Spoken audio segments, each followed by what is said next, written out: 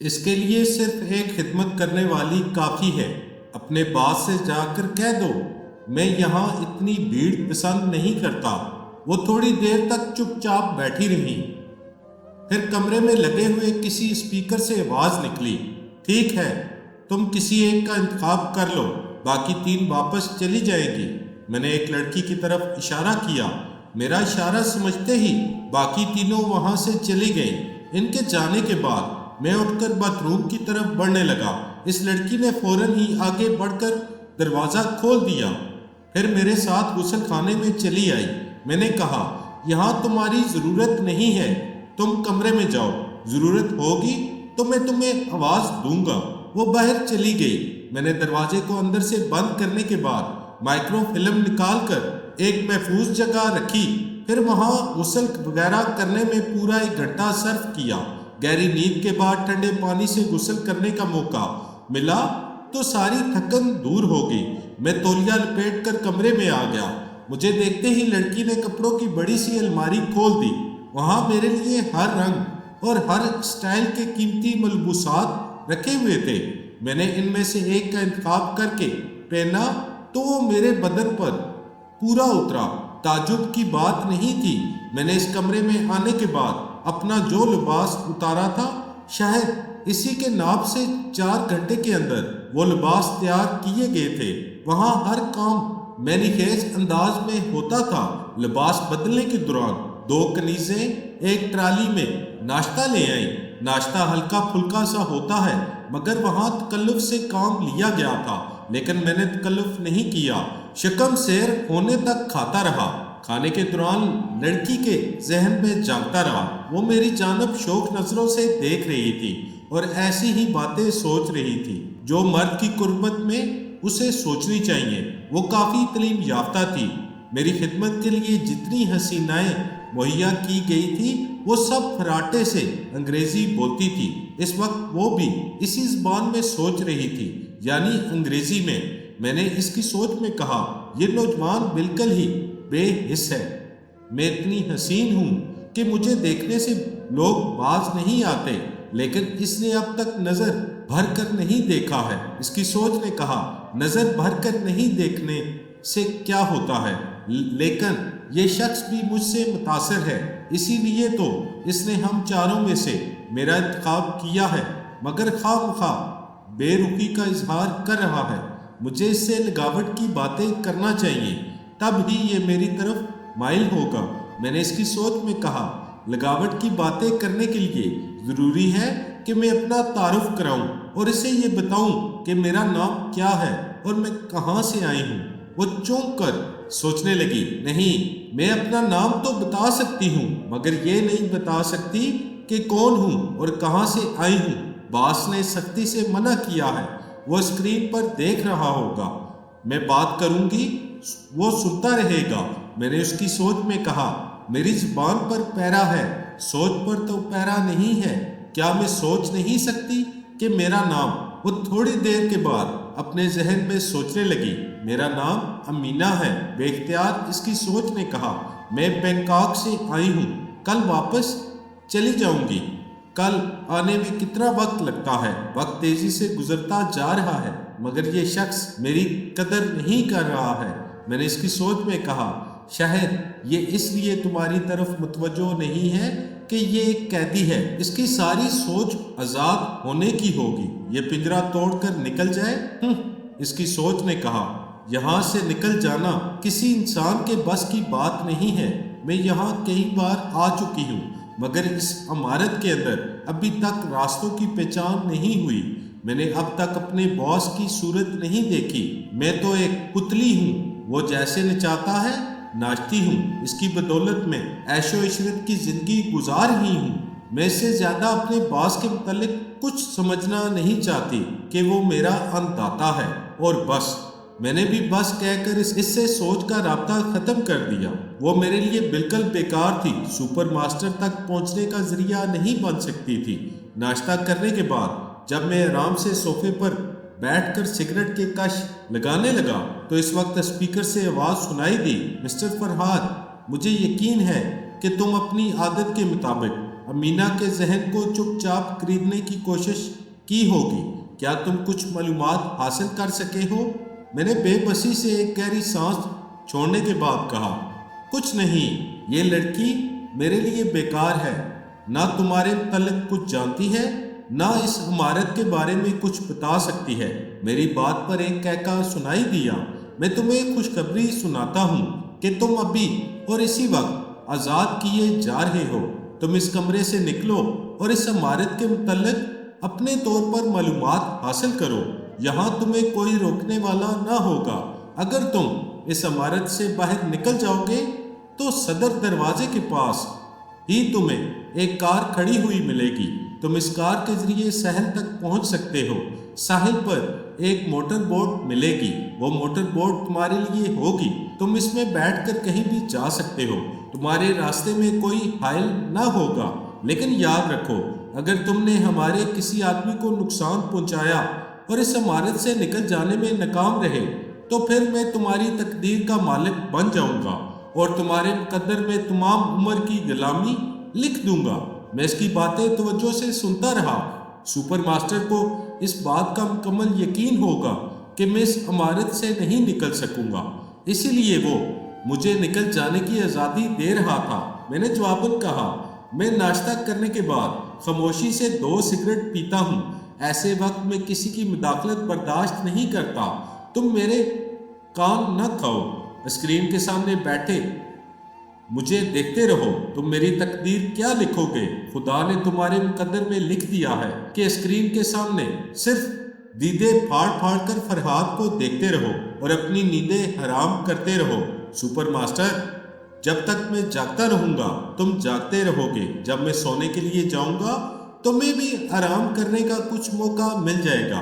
ہمارے یہاں کی مشرقی عورتیں اسی طرح اپنے مجازی خدا کے ساتھ سوتی جاگتی ہیں۔ تم نے مجھے یہاں بلا کر ایک بہت بڑی مصیبت کے ساتھ اپنا نکاح پڑھ لیا ہے۔ اب بھگتو۔ تب میں 2 سگریٹ ختم کرنے کے بعد سوچوں گا کہ مجھے کیا کرنا ہے۔ میں نے اپنے سامنے سینٹر ٹیبل پر دونوں پاؤں پھیلا دیے، پھر آرام سے صوفے پر نیم دراز ہو کر سگریٹ کی کاشت لگانے لگا۔ سگریٹ کا دھواں چھوڑتے وقت مجھے ماسٹر سائمن یاد آیا، جس کا دماغ وقتی طور پر مر گیا تھا۔ سپر ماسٹر نے کہا تھا کہ وہ زندہ ہے اور میں بہت جلد اسے دیکھ سکوں گا۔ اب تو 5-6 گھنٹے گزر چکے تھے۔ میری سوچ کی لہروں نے اسے تلاش کیا تو میں اس کے جاگتے ہوئے ذہن تک پہنچ گیا۔ وہ ایک بستر پر آرام سے لیٹا ہوا تھا۔ اس کی سوچ بتا رہی تھی کہ اسے وقتی طور پر ایک کمرے میں بند کر دیا گیا ہے۔ اس کے ذمے جتنے اہم کام تھے وہ کسی دوسرے کو سونپ دیے گئے ہیں، کیونکہ وہاں ماسٹر سائمن ہی ایک ایسا آدمی تھا جس کے ذہن میں جان کر میں کسی وقت بھی بہت کچھ معلوم کر سکتا تھا۔ اسی لیے اسے فی الحال تمام ذمہ داریوں سے بری کر دیا گیا تھا۔ لیکن سپر ماسٹر اتنا نادان تو نہیں ہو سکتا، اتنا تو سمجھ سکتا ہے کہ اسے معطل کرنے کے باوجود میں اس کے دماغ سے بہت کچھ نکال سکتا ہوں۔ ماسٹر سائمن زندہ رہ کر ہمیشہ کے لیے میری معلومات کا ذریعہ بن سکتا تھا۔ مجھے لا علمی کے اندھیرے میں رکھنے کے لیے وہ اسے ہمیشہ کے لیے ختم کر سکتا ہے، مگر ایسا نہیں کیا گیا تھا۔ اس کی وجہ صرف یہی سمجھ میں آئی تھی کہ سپر ماسٹر اس اہم آدمی کو ضائع نہیں کرنا چاہتا۔ میں نے اس کی سوچ کے دوران اپنی سوچ میں کہا، پتہ نہیں کم وقت فرہاد کب قابو میں آئے گا، مجھے اس وقت تک بہت محتاط رہنا ہوگا۔ اس کی سوچ نے کہا، نانسنس، سپر ماسٹر اسے ڈیل دے رہا ہے۔ وہ چاہے تو اپنی ڈمی کے ذریعے فرہاد کے دماغ کو ہلا کر رکھ سکتا ہے، مگر وہ چاہتا ہے کہ فرہاد اپنی ذہانت اور صلاحیتوں کو استعمال کر کے تھک جائے۔ تب وہ اس بے بس کو اپنے سامنے اور زیادہ بے بس بنا کر جھکنے پر مجبور کر دے گا۔ میں نے اپنی سوچ میں کہا، واقعی سپر ماسٹر عظیم ہے۔ اس نے کس طرح میرے ذریعے فرہاد سے گفتگو کی تھی؟ ماسٹر سائمن اس ٹیکنیک کے متعلق سوچنے لگا کہ سپر ماسٹر نے کس طرح مجھ سے گفتگو کی تھی۔ جب بڑے حال میں نے ماسٹر سائمن کو دماغی جھٹکے پہنچائے تھے تو اس کے ماتحت اسے سہارا دے کر وہاں سے باہر لے گئے تھے۔ وہاں سے اسے ایک میڈیکل ہال میں پہنچایا گیا تھا۔ ڈاکٹر نے اسے ایک کرسی پر بٹھا کر اس کے بازو میں ایک انجیکشن لگایا تھا۔ اس کے بعد اسے ہوش نہ رہا۔ اس کا ذہن اندھیرے میں ڈوب گیا تھا۔ جب کئی گھنٹے کے بعد اسے اپنے کمرے میں بستر پر ہوش آیا، تب اسے بتایا گیا کہ فرحاد سے گفتگو کرنے کے لیے اس کی آواز بھی استعمال کی گئی تھی۔ وہ جانتا تھا کہ کس طرح دوسروں کی آوازیں استعمال کی جاتی ہیں۔ ابتدا میں ماسٹر جوشے کو بھی قابو میں لانے کے لیے یہی طریقہ استعمال کیا گیا تھا۔ پہلے انجیکشن کے ذریعے کسی ایک شخص کے ذہن کو معاف کر دیا جاتا ہے، پھر اسے سپر ماسٹر کے پاس پہنچایا جاتا ہے۔ سپر ماسٹر اس کے کانوں میں ہیڈ فون کی طرح ایک آلہ چڑھا دیتا ہے۔ وہ آلہ ٹرانسمیٹر کے سسٹم کے طور پر کام کرتا ہے۔ اس میں ریکارڈنگ کا سسٹم بھی ہے۔ سپر ماسٹر پہلے کوئی ایک بات کہتا ہے، پھر دوسرا بٹن دباتا ہے۔ وہ ریکارڈ کی ہوئی بات اس شخص کے فالج زدہ ذہن میں گونجتی ہے، دماغ کی اس رگ میں ارتعاش پیدا کرتی ہے جو کسی بھی سوچ کو زبان تک پہنچا کر گفتگو میں بدل دیتی ہے۔ اس شخص کا دماغ فالج زدہ ہوتا ہے، مگر وہ ایک روبوٹ کی طرح بٹھاؤ تو بیٹھ جاتا ہے، اٹھاؤ تو اٹھ جاتا ہے۔ اسی طرح ریکارڈ کی آواز جو کہتی ہے وہ وہی بات اپنی زبان اور لہجے میں ادا کرتا ہے۔ یہ تمام باتیں میں اس کی سوچ کے ذریعے سن رہا تھا۔ وہ تمام تکنیک میری سمجھ میں آ گئی۔ جب ریکارڈ کی آواز معاف ذہن کی ایک خاص رگ میں ارتعاش پیدا کرتی تھی اور اسے بولنے والے کی زبان تک پہنچاتی تھی تو میں اسے سنتا رہتا تھا، اور جب اس لہجے کے سہارے اس کے دماغ میں جھانکتا تھا تو اندھیرا ہی اندھیرا نظر آتا تھا۔ یہی وجہ تھی کہ میں اس وقت ماسٹر سائمن کے دماغ تک بھی نہیں پہنچ سکا تھا۔ اس حد تک اس کی سوچ کو پڑھنے کے بعد اب میں دوسری معلومات کرنا چاہتا تھا۔ میں نے پھر اس کی سوچ میں کہا، فرحاد کیا جہنم میں؟ وہ یہاں غلام بن کر ہی رہے گا۔ مجھے اس بات کی فکر کرنا چاہیے کہ میرا کام کوئی دوسرا شخص کر سکتا ہے یا نہیں۔ اس کی سوچ نے کہا، ہاں، دوسرے ملک کے سفیروں اور وزیروں سے رابطہ قائم کرنا اور ان کی کمزوریوں سے کھیلنا کوئی بچوں کا کھیل نہیں ہے۔ ایک ملک کے سیاسی اور فوجی رازوں کو اس کے کسی دشمن ملک تک پہنچانے کے لیے اور بھاری معاوضہ لے کر ان رازوں کو فروخت کرنے کے لیے بڑی ذہانت اور ڈپلومیسی کی ضرورت ہوتی ہے۔ یہ ہر ایک کے بس کی بات نہیں ہے۔ میرا خیال ہے کہ جب تک فرحاد ہماری اطاعت قبول نہیں کرے گا، اس وقت تک سپر ماسٹر بین الاقوامی سطح پر ایسا کاروبار نہیں کرے گا۔ وہ سوچتا جا رہا تھا اور میں سنتا جا رہا تھا۔ پھر میں سوچنے لگا کہ میں ایسی جگہ پہنچ گیا ہوں جہاں دنیا کے بیشتر ممالک کے اہم راز چھپا کر رکھے جاتے ہیں۔ مجھے کچھ عرصہ یہاں رہ کر یہ معلوم کرنا چاہیے کہ یہ تمام اہم چیزیں کہاں چھپا کر رکھی جاتی ہیں اور کس طرح بڑے بڑے ملکوں سے اس کا سودا کیا جاتا ہے، مگر یہاں کچھ عرصے کس طرح رہا جا سکتا ہے۔ دو ہی صورتیں تھیں، یا تو میں انہیں اسی طرح پریشان کرتا رہتا یا پھر غلام بن کر ان کا اعتماد حاصل کر کے ان تمام اہم رازوں تک پہنچنے کی کوشش کرتا۔ اس وقت فیصلہ کرنا مشکل تھا، اور پھر زندگی کے ہر فیصلے اپنی مرضی کے مطابق کہاں ہوتے ہیں۔ تقدیر درمیان میں آ کر اپنا فیصلہ سنا دیتی ہے۔ میں یہی سوچ کر رہ گیا کہ میں آزادی کے لیے جدوجہد کرتا ہوا ان کے خفیہ کاروبار تک پہنچوں گا۔ اگر تقدیر نے میرا ساتھ نہ دیا، وقتی طور پر ان کے سامنے گھٹنے ٹیک کر ہی اپنا کام نکالنا ہوگا۔ غیر ملکی رازوں کے متعلق سوچتے وقت مجھے اچانک ہی یاد آیا کہ غسل کرنے سے پہلے میں نے مائکرو فلم اور اینٹی فائر لوشن کا فارمولہ وہیں غسل خانے میں ایک جگہ محفوظ کیا تھا۔ غسل کرنے کی اپنی دھن میں گنگناتا ہوا باہر آ گیا تھا اور ان چیزوں کو اٹھانا بھول گیا تھا۔ میں فوراً ہی صوفے سے اٹھا، تیزی سے چلتا ہوا غسل خانے میں پہنچا۔ وہاں وہ چیزیں موجود نہیں تھی۔ میں تعجب سے چاروں طرف دیکھنے لگا۔ میرے غسل خانے سے نکلنے کے بعد مجھے اچھی طرح یاد ہے کہ کوئی غسل خانے میں نہیں گیا تھا اور نہ ہی وہ لڑکی غسل خانے میں گئی تھی۔ میں اس پر شبہ نہیں کر سکتا تھا، پھر بھی میں اس سے پوچھنے کے لیے کمرے میں آیا۔ اسی وقت اسپیکر سے آواز آئی، فرحاد، وہ اینٹی فائر لوشن کا فارمولہ اور مائکرو فلم ہماری ملکیت میں ہے، اسی لیے وہ چیزیں میرے پاس پہنچ گئی ہیں۔ تم غسل خانے میں گئے تو میں وہاں بھی تمہیں دیکھ رہا تھا۔ میں نے ناگواری سے کہا، غسل خانے میں کسی کو دیکھتے ہوئے شرم نہیں آتی؟ معلوم ہوتا ہے تم نے سچ مجھ سے نکاح پڑھا لیا ہے۔ کچھ تو شرم و حیا کا پاس کرو اور مائکرو فلم مجھے واپس کر دو۔ سپر ماسٹر کی آواز سنائی دی، تم تو چھین لینے کا فن جانتے ہو، یہ مانگنے کی عادت کب سے پڑ گئی؟ میں سمجھ گیا تم دینا نہیں چاہتے۔ خوب سمجھے برادر، یہ بتاؤ کہ اس عمارت سے باہر نکلنے کے متعلق کیا سوچا ہے؟ میں نے سگریٹ والا ہاتھ فضا میں بلند کرتے ہوئے کہا، ابھی دوسرا سگریٹ سلگ رہا ہے، اس کے ختم ہونے کا انتظار کرو۔ میں دراصل سگریٹ نوشی کے بہانے یہ سوچنے سمجھنے کا اور معلومات حاصل کر رہا تھا کہ یہاں سے نکلنے کے لیے میں کسے اعلی کار بنا سکتا ہوں۔ میں نے پھر ایک بار ماسٹر سائمن کے دماغ میں جھانک کر دیکھا۔ میں اس کے حواس پر چھایا ہوا تھا، اس وقت بھی وہ میرے ہی متعلق سوچ رہا تھا۔ میں نے اس کی سوچ میں کہا، اگر فرحاد کو ذرا بھی چھوٹ دی گئی تو کیا وہ اس عمارت سے باہر نکل سکے گا؟ اس کی سوچ نے کہا، اس کا باپ بھی اس عمارت سے باہر نہیں جا سکے گا۔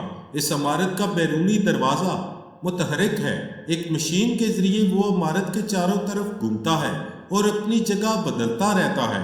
اس دروازے کو صرف سپر ماسٹر ہی کھولتا ہے اور کھولنے سے پہلے اس جگہ کا تعین کرتا ہے، پھر اس مطلوبہ مقام پر اسے روک کر اپنے آدمیوں کو باہر جانے یا اندر آنے کی اجازت دیتا ہے۔ پھر یہ کہ وہ متحرک دروازہ اندر والوں کو نظر نہیں آتا۔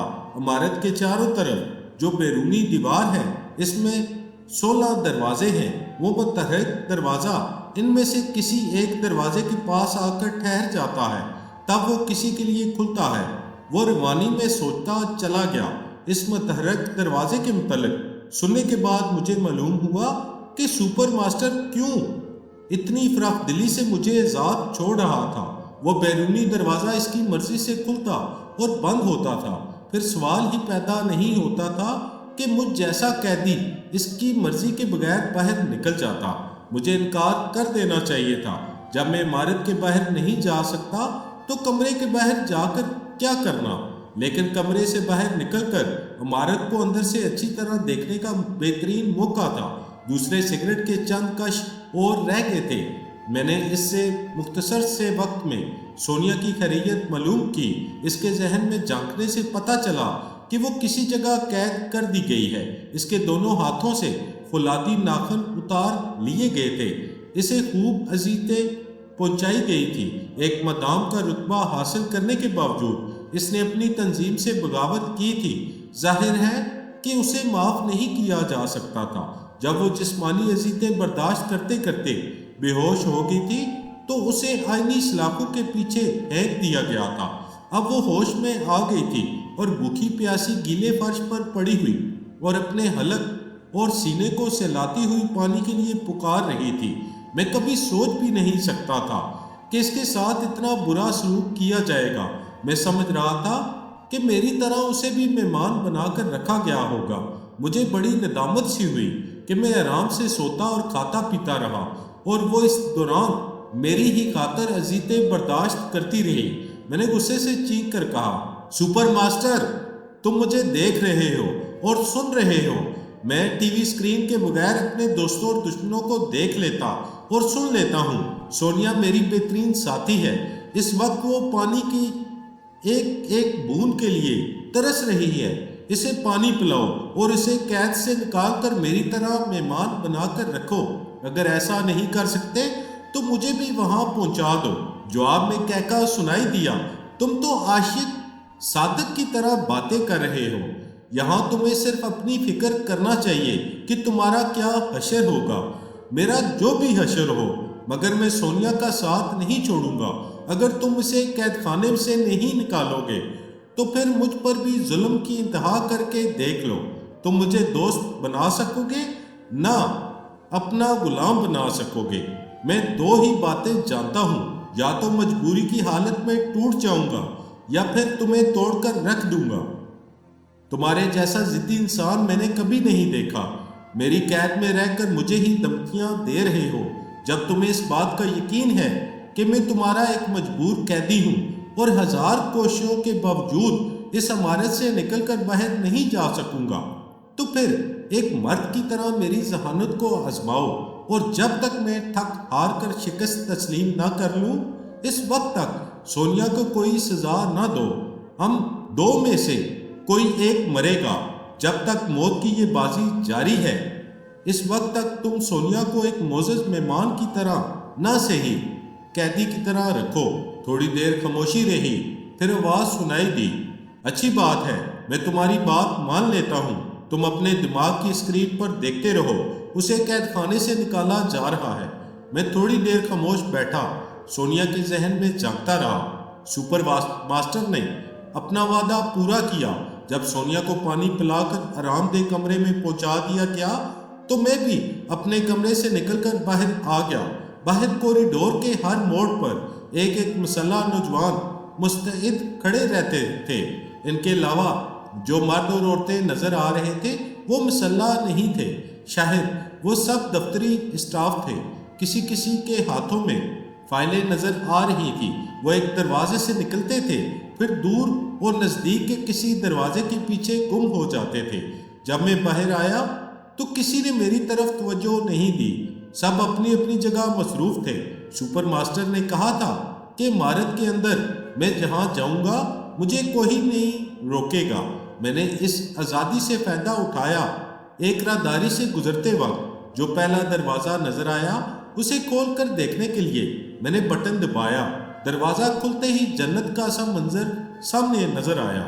حسین و جمیل حوریں کہیں بیٹھی ہوئی تھی، کہیں لیٹی ہوئی تھی، کچھ خوش گپیوں میں مصروف تھیں اور کچھ قدِ آدم آئینے کے سامنے اپنا سنگار کر رہی تھی۔ مجھے دیکھتے ہی وہ کہکے لگاتی اور لہراتی بل کھاتی ہوئی میرے پاس آئیں، پھر مجھے چاروں طرف سے گھیر لیا۔ یہ کتنا خوبرو نوجوان ہے، ایک حسینہ میرے گلے کا ہار بن گئی۔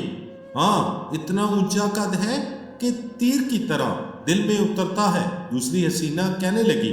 میں بوکھلا کر انہیں دیکھنے لگا۔ وہاں جتنی عورتیں تھیں ان سب نے مجھے اپنی اپنی طرف کھینچنا شروع کر دیا تھا۔ میں انہیں دھکے دے کر پرے ہٹانے لگا۔ ان میں سے دو عورتیں میرے قدموں سے لپٹ گئیں۔ ہم تمہیں جانے نہیں دیں گے، دائیں پاؤں سے لپٹنے والی نے کہا۔ اس کمرے میں بڑی مدت کے بعد ایک آدم زاد آیا ہے، میرے بائیں پاؤں سے لپٹنے والی نے کہا۔ تیسری نے میری گردن میں بائیں ڈال کر کہا، یہاں رہ جاؤ، ہم سب تمہیں ایک ایک گھنٹے کے لیے بانٹ لیں گے۔ میں نے چیخ کر کہا، یہ کیا بےہودگی ہے، دور ہو جاؤ مجھ سے، ورنہ میں ہاتھ اٹھانے پر مجبور ہو جاؤں گا۔ مگر وہ سب جونگ کی طرح لپٹی جا رہی تھی۔ مجھے مجبوراً ہاتھ اٹھانا پڑا، ایک ایک کو دھکے دے کر اپنے سے دور کیا، پیروں سے لپٹنے والوں کو ٹھوکروں سے اڑایا، پھر وہاں سے بھاگتا ہوا کمرے سے باہر دوبارہ کوریڈور میں آ گیا۔ کمرے کا خودکار دروازہ بند ہو چکا تھا۔ میں جیب سے رومال نکال کر پسینہ پوچھنے لگا، توبہ توبہ، یہ عورتیں تھیں یا بلائیں؟ ہاتھ دھو کر پیچھے پڑ گئی تھی۔ سپر ماسٹر یہ تماشا بھی اسکرین پر دیکھ چکا ہوگا۔ وہ کم وقت مجھے تماشا بنا کر تفریحاً وقت گزار رہا تھا۔ میں آگے بڑھ کر کوریڈور سے گزرنے لگا۔ آگے ایک کمرہ تھا۔ میں نے بند دروازے کے سامنے رک کر سوچا کہ اس کمرے میں کیا ہو سکتا ہے۔ سپر ماسٹر تفریح کے موڈ میں تھا۔ ہو سکتا تھا کہ اس کمرے میں بھی اس نے میرے لیے عورتوں کی ایک فوج رکھ چھوڑی ہو، مگر میں ہر کمرے میں جا کر یہ دیکھنا چاہتا تھا کہ آخر اس عمارت میں اتنے کمرے کیوں بنائے گئے ہیں اور وہاں کیا ہوتا رہتا ہے۔ میں نے دیوار پر لگا ہوا بٹن دبایا تو دروازہ کھلتا چلا گیا۔ پہلے میں نے باہر ہی سے دیکھا، کمرے کے اندر ایک بڑا سا پلنگ نظر آ رہا تھا۔ پلنگ کے سرہانے والی میز پر ایک گیند کی طرح سرخ بلب جل بجھ رہا تھا اور اس بلب کے پاس رکھے ہوئے اسپیکر سے آواز آ رہی تھی، ہیلو ہیلو 692 اسپیکنگ اوور۔ ایسا معلوم ہوتا تھا کوئی اس کمرے میں بیٹھا ہوا ٹرانسمیٹر پر گفتگو کر رہا ہے، مگر وہاں کوئی نہیں تھا۔ خالی کمرے کو دیکھ کر میرا تجسس بڑھ گیا۔ میں نے ادھر ادھر کوریڈور میں دیکھا، پھر آہستہ آہستہ قدم بڑھاتا ہوا کمرے میں داخل ہو گیا۔ اندر آتے ہی دروازہ خود بخود بند ہو گیا۔ میں نے پلٹ کر دروازے کی طرف دیکھا۔ دروازے کی طرف دیواروں سے 6 عدد نیگرو عورتیں ہاتھوں میں نیزے لیے کھڑی تھی۔ میں نے واپس جانے کے لیے قدم بڑھایا تو ایک نیزہ میرے سینے پر آ کر ٹھہر گیا، دوسری میری گردن پر آئی، پھر دیکھتے ہی دیکھتے میں چاروں طرف سے نیزوں کے جال میں پھنس گیا۔ سرخ بلب اب بھی جل بجھ رہا تھا اور اسپیکر سے آواز آ رہی تھی، ہیلو ہیلو 692 اسپیکنگ، مرغا پھنس گیا ہے۔ اور میں گھور کر ان سیاہ فام عورتوں کو دیکھنے لگا۔ ان کا سیاہ جسم ایسا چمک رہا تھا جیسے کالے جوتوں کو کالی پالش کے ذریعے چمکایا گیا ہو۔ جوان عمری کے لحاظ سے ان کے جسم بڑے ہی پرکشش تھے، مگر موٹے موٹے ہونٹ اور کالے چہروں سے جھانکتے ہوئے سفید سفید دیدے یوں لگ رہے تھے جیسے مجھے جوانی میں چڑیلوں سے ڈرایا جا رہا ہو، سمجھایا جا رہا ہو کہ جوانیاں ایسی بھی ہوتی ہیں جو محبت زدہ کرنے کی بجائے ڈرا دیتی ہیں۔ اسپیکر سے آواز آنے لگی، فرحاد تم حسن و شباب کے رسیہ ہو، یہ بات ہم اچھی طرح جانتے ہیں، لیکن میں نے جتنے حسین تحفے تمہیں پیش کیے تم نے انہیں ٹھکرا دیا۔ امینہ تمہارے پاس آئی، تم نے اسے منہ نہیں لگایا۔ اس کے بعد پہلے کمرے میں کتنی ہی حسینائیں تمہارے سامنے بچھ گئیں، مگر تم انہیں بھی ٹھکرا کر چلے آئے۔ اب یہ کالی حسینائیں تمہیں یہاں سے نکلنے نہیں دیں گی۔ میری میزبانی کی قدر کرو اور انہیں گلے سے لگا لو، اس کے بعد ہی تم کمرے سے نکل سکو گے۔ یہ کیا بکواس ہے؟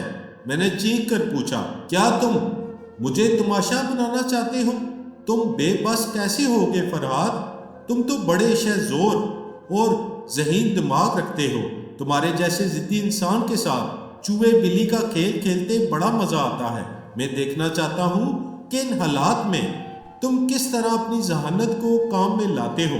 میں نے کہا، تعجب ہے کہ تمہارا جیسا مصروف ان فضول تفریحات میں وقت ضائع کر رہا ہے۔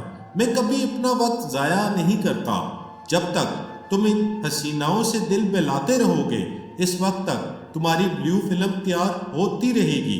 یہاں ہر کمرے میں مختلف زاویوں سے خودکار کیمرے نصب ہیں، ہر زاویے سے تمہاری فلم تیار ہوتی رہے گی۔ میں کمرے میں چاروں طرف نظر دوڑانے لگا۔ بظاہر تو کوئی کیمرہ نظر نہیں آیا، لیکن میں نے اندازہ لگایا کہ اس کمرے کے آرائشی خانوں میں کیمرے چھپا کر رکھے گئے ہیں۔ مجھے زیادہ سوچنے سمجھنے کی مہلت نہ دی گئی۔ وہ عورتیں اجنبی زبان میں کچھ کہتی ہوئی میرے جسم میں نیزے چبونے لگی اور پلنگ کی طرف اشارہ کرنے لگی۔ میں تکلیف سے بلبلا کر رہ گیا۔ میرے کپڑے جگہ جگہ سے پھٹ گئے تھے اور وہاں لہو کے سرخ دھبے پھیل رہے تھے۔ میں زخمی تو ہو ہی چکا تھا، اسی لیے مزید زخم کھانے سے نہیں گھبرا سکتا تھا۔ میں نے فیصلہ کر لیا کہ ان وحشی عورتوں سے الجھنا ہی ہوگا۔ اسی وقت اسپیکر سے آواز آئی، فرحاد ان کی بات مان لو، یہ تمہیں بستر پر جانے کے لیے کہہ رہی ہیں۔ میں نے دونوں ہاتھ کمر پر رکھ کر کہا، سنو سپر ماسٹر، یہ میں اچھی طرح جانتا ہوں کہ یہ عورتیں مجھے جان سے نہیں مار سکیں گی، کیونکہ تم مجھے زندہ رکھنا چاہتے ہو۔ ان سے کہہ دو کہ یہ مجھے موت کی دھمکیاں نہ دیں۔ بے شک میں تمہیں زندہ رکھنا چاہتا ہوں، مگر یہ عورتیں تمہارے جسم کو نیزوں سے چھید کر چھلنی بنا دیں گی۔ جب تم موت کے قریب پہنچ جاؤ گے تو تمہیں طبی امداد پہنچائی جائے گی، تمہیں پھر سے زندگی کی طرف لٹایا جائے گا۔ اگر تم میرا حکم مان لو گے تو تمہیں ان خونخوار عورتوں سے نجات مل جائے گی اور تمہاری ہر خواہش کا احترام کیا جائے گا۔ سپر ماسٹر، مجھے افسوس ہے کہ میں تمہارا یہ حکم نہیں مان سکتا۔ میں خود کو بلیو فلم کا کردار نہیں بناؤں گا۔ میرا اٹل فیصلہ سن کر سپر ماسٹر نے اجنبی زبان میں کچھ کہا۔ وہ عورتیں اس کی بات سنتے ہی پینترے بدل بدل کر مجھ پر نیزے سے حملے کرنے لگی۔ میں نے زخموں کو برداشت کرتے ہوئے ایک بارکی اچھل کر ایک کالی حسینہ کو اپنی گرفت میں لے لیا، پھر فوراً ہی اسے اپنے سامنے ڈھال بنا لیا۔ میری یہ پھرتی کام آ گئی۔ ایک کلوٹی کا نیزہ جو میری طرف آ رہا تھا وہ ڈھال بننے والی حسینہ کے سینے میں پیوست ہو گیا۔ اس کے حلق سے ایک دردناک چیخ نکلی۔ میں نے ایک ہاتھ سے اس کا نیزہ چھین لیا اور دوسرے ہاتھ سے اس ڈھال بننے والی کو آگے کی طرف دھکیل دیا۔ باقی 5 عورتیں چاروں طرف سے مجھ پر حملہ کرنے لگی۔ میں پینترے بدل بدل کر اپنے نیزے سے ان کے حملوں کو روک رہا تھا۔ پھر جو میری زد میں آتی میں اس کے جسم میں نیزہ اتار کر دوسری طرف نکل جاتا۔ عورتوں سے لڑنا مردانگی نہیں تھی، مگر میں مجبور تھا۔ وہ خونخوار عورتیں مرنے یا مارنے پر تلی ہوئی تھی، وہاں اپنی مردانگی کا نہیں، جان بچانے کا سوال پیدا ہو گیا تھا، بلکہ جان بچانے کا بھی نہیں، عزت بچانے کا سوال تھا۔ میں نہیں چاہتا تھا کہ وہ سپر شیطان میری بلیو فلم تیار کرے۔ تقریباً 10 منٹ میں اس جنگ کا فیصلہ ہو گیا۔ مزید 3 کلوٹیاں بری طرح زخمی ہو کر فرش پر گر پڑیں۔ باقی 2 عورتیں نیزے تانے اب سہمے ہوئے انداز میں حملہ کرنا چاہتی تھی۔ مجھے ان پر رحم آ رہا تھا۔ میں خوب سمجھتا تھا کہ یہ بیچاریاں حکم کی بندیاں ہیں، انہیں مجھ سے ذاتی دشمنی نہیں ہے، یہ صرف آقا کے حکم پر مشین کی طرح چل رہی ہیں۔